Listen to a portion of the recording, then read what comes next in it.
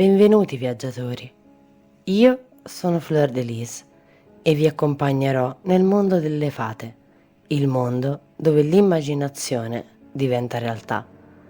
Oggi realizzeremo un braccialetto in paracord.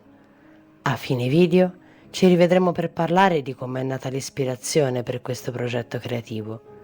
E adesso iniziamo il nostro viaggio.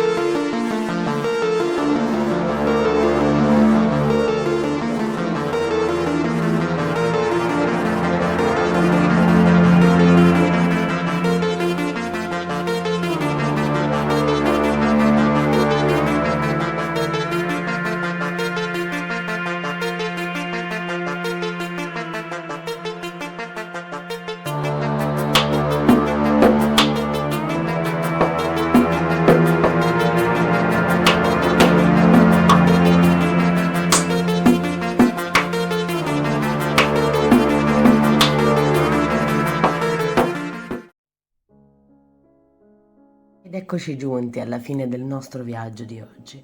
L'ultima cosa che voglio raccontarvi è come è nata l'ispirazione per questo progetto. L'idea di questo progetto mi è venuta una mattina quando in un negozio del centro ho trovato questa corda nera chiamata paracord. La mia idea iniziale era quella di crearci una collana, poi, facendo un po' di ricerche, ho scoperto che molto spesso viene utilizzata per farne dei bracciali e così ho voluto realizzarne uno.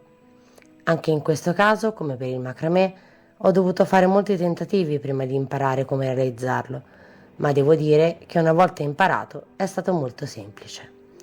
Devo dire che il risultato mi piace molto e secondo me la sua vestibilità è adatta a tutti, sia grandi che piccini. Sicuramente ne realizzerò altri, sbizzarrendomi con i colori e perché no, magari aggiungendoci qualche ciondolo. Spero che questo viaggio nella creatività vi sia piaciuto. Vi aspetto nel prossimo video e se volete continuare a viaggiare insieme a me in questo fantastico mondo, non perdetevi gli altri video e iscrivetevi al canale se non lo avete ancora fatto. E se volete contattarmi per delle informazioni o anche semplicemente chiacchierare con me, vi lascio tutti i link in descrizione.